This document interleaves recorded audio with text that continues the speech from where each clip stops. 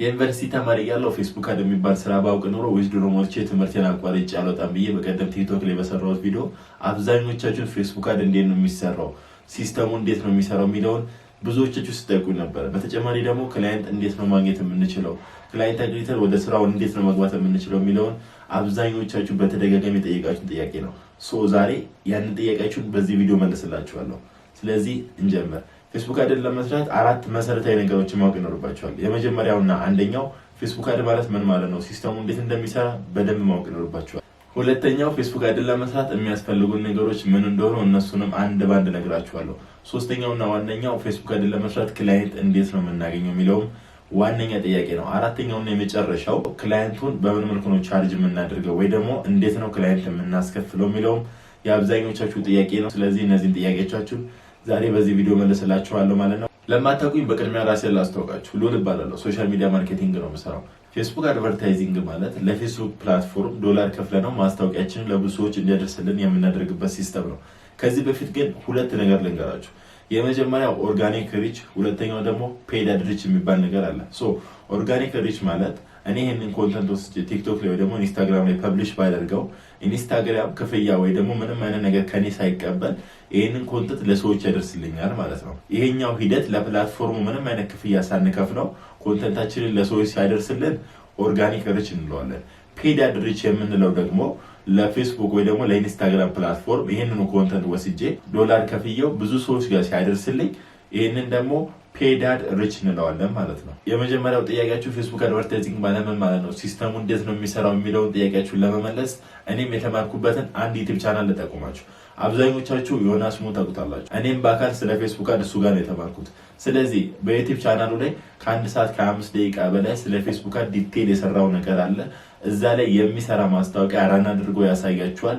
ኤቭሪቲንግ ሁሉንም ነገር እዛ ላይ አውቃችሁ ጨርሳችሁ የምትወጡበት ስለ ሲስተሙ ፌስቡክ አድ እንዴት እንደሚሰራ በ3 ታይፕ ተከፍሎ ቡስት የምንለውን አድ የምንለውን ካምፔን ረን እንዴት እንደምናደርግ እያንዳንዱ ነገር እዛ ላይ ቪዲዮ ሰርቷላችኋል። ከዛ ቪዲዮ ብዙ ነገር መማር ትችላላችሁ።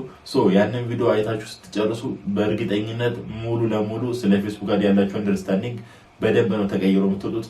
ስለዚህ ያንን ቪዲዮ መመልከታችሁ እንዳትረሱ። ሁለተኛው ፌስቡክ አድን ለመስራት የሚያስፈልጓችሁ የተወሰኑ ነገሮች አሉ። እነሱን አንድ ባንድ ልንገራችሁ።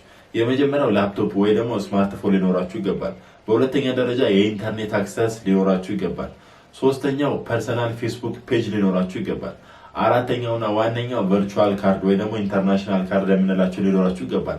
ከላይ ዘረዘርናቸውን በቀላሉ የምታገኟቸው ስለሆኑ ትንሽ ይቸግራችኋል ብዬ የማስበው ቨርቹዋል ካርድ እንዴት እንደሚወጣ የተወሰነ ነገር ልንገራችሁ። እኔ የምጠቀምበት ካርድ ቢትኖም ይባላል። እንደ ተጨማሪ ደግሞ ባይቢት የሚባል ካርድ አለ። እነዚህን ካርዶች የምታገኙት ፕሌይ ስቶር ላይ በመሄድ አፑን በማውረድ እዛ ላይ አንድ ባንድ የሚጠይቋችሁ ኢንፎርሜሽን አለ። እሱን በመሙላት ካርዳችሁ ማውጣት ትችላላችሁ ማለት ነው። ከዛ ውስጥ በዋነኛነት የሚጠይቃችሁ የመጀመሪያው ፓስፖርት አሊያም ደግሞ መንጃ ፍቃድ፣ እንደ ተጨማሪ ደግሞ መታወቂያ ናሽናል አይዲ ካላችሁ ከ3ቱ አንዱን በመምረጥ ማውጣት ትችላላችሁ። እንደ ተጨማሪ ዲቴል ማየት እንፈልጋለን ካላችሁ ደግሞ ዩቲዩብ ላይ በጣም ብዙ ኮንተንቶች የተሰሩ አሉ። ካርድ እንዴት ማውጣት እንዳለብን የሚያሳዩ በጣም ብዙ ኮንተንቶች አሉ። ከዛ ውስጥ መርጣችሁ ማውጣት ትችላላችሁ ማለት ነው። እንደኔ ደግሞ ሪከመንድ የማደርጋችሁ አብዛኞቻችሁ የምታውቁት ሚኪ ዩቲዩበርስ የሰራው ካርድ እንዴት ማውጣት እንደምንችል ቨርቹዋል ካርድ እንዴት እንደምናወጣ ከ2 ወር በፊት የሰራው ኮንተንት አለ። እሱ ኮንተንት ገብታችሁ በመመልከት የካርድ ችግራችሁን እስከ መጨረሻው ድረስ መፍታት ትችላላችሁ። ሶስተኛውና የብዙዎቻችሁ ጥያቄ የሆነው ክላይንት እንዴት ነው የምናገኘው ነው። ይህንን ጥያቄያችሁን የምመልስላችሁ እኔ ለራሴ ክላይንት የማገኝበትን ስትራቴጂ ነው የምነግራችሁ። ከጠቀማችሁ ትጠቀሙበታላችሁ ማለት ነው። የመጀመሪያው መንገድ ለክላይንት በቀጥታ በመደወል ወይ ደግሞ ለቢዝነሶች በቀጥታ በመደወል ነው አውትሪች የማደርጋቸው ማለት ነው። ጀስት በቀጥታ ስልክ ደውዬላቸው ቢዝነሳችሁን ፌስቡክ ላይ ራል አድርግላችሁና ተደራሽነታችሁ ላሳድግላችሁ ነው የምላቸው። ፈቃደኛ የሆኑትን ተቀብዬ እሰራለሁ። ፈቃደኛ ያሉትን ደግሞ ጥርጣሬ ያለባቸውን እነሱን ደግሞ ከዚህ ቀደም የሰራሁትን ስራ በማሳየት ነው ማሳመናቸው ማለት ነው። ሁለተኛው ራሴው ኮንተንት የምቀርጽላቸውን ሰዎች መጀመሪያ ፖስት የምናደርገው ኦርጋኒክ የሆነ ኮንተንት ስለሆነ ሞር ተጨማሪ ሰው ጋር እንዲደርስልን ብዙ ሰዎች ጋር የምንሰራው ኮንተንት እንዲደርስልን ፌስቡክ ላይ ራል አድርግላችሁ በማለት ኦርጋኒክ የምንሰራውን ኮንተንት ወደ ፔድ አድ ወይ ደግሞ ወደ ፌስቡክ አድቨርታይዚንግ በማምጣት በእነዚህ 2 ስትራቴጂዎች ነው ማለት ነው ፌስቡክ አድን የምሰራው። ስለዚህ እኔ ክላይንት የማገኝበት መንገድ እነዚህን 2 መንገዶች ነው የምጠቀመው። እንደ ተጨማሪ ደግሞ እናንተ ከተጠቀማችሁ የምነግራችሁ ነገር ፌስቡክ አድ ለመጀመር ሀሳብ ካላችሁ ኮንተንት መቅረጽንም በዛው መጀመር ይኖርባችኋል። ምክንያቱም የምትቀርጹላቸውን ኮንተንት ፌስቡክ አድ ላይ ወስዳችሁ ራን በማድረግ ተጨማሪ ኢንካም ማግኘት ስለምትችሉ ማለት ነው። ምክንያቱም እዛ ጋር ፐብሊሽ የምታደርጉት ኦርጋኒክ የሆነ ኮንተንት ስለሆነ ያን ኦርጋኒክ ኮንተንት ደግሞ ወደ ፌስቡክ አድ በማምጣት ፔድ አድቨርታይዚንግ በመስራት ተጨማሪ ኢንካም ጀነሬት ማድረግ ትችላላችሁ ማለት ነው። አራተኛውና የመጨረሻው ያገኘነውን ክላይንት በምን መልኩ ነው የምናስከፍለው ነው። እዚህ ጋር የምከተልበት መንገድ ፕራይስ አለኝ። የራሴን ፕራይስ ፓኬጅ ነው የምነግራቸው ማለት ነው። እናንተም የራሳችሁ የሆነ ፕራይስ ፓኬጅ በማዘጋጀት ያን ፕራይስ ፓኬጅ ላኩልን ስትባሉ መላክ ትችላላችሁ ማለት ነው።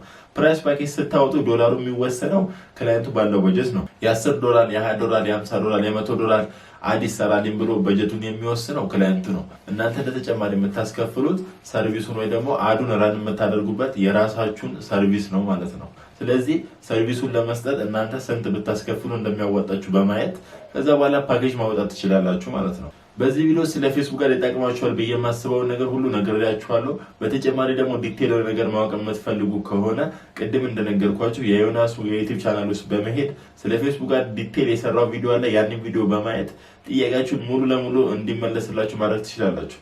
እንደ ተጨማሪ ደግሞ እኔ የምረዳችሁ ነገር ካለ ጥያቄ የሚሆንባችሁ ነገር ካለ ኮሜንት ላይ ጻፉልኝ። ጥያቄያችሁን ወዲያው መልስላችኋለሁ። እስካሁን አብራችሁ ስለነበራችሁ በጣም አመሰግናለሁ። መልካም ጊዜ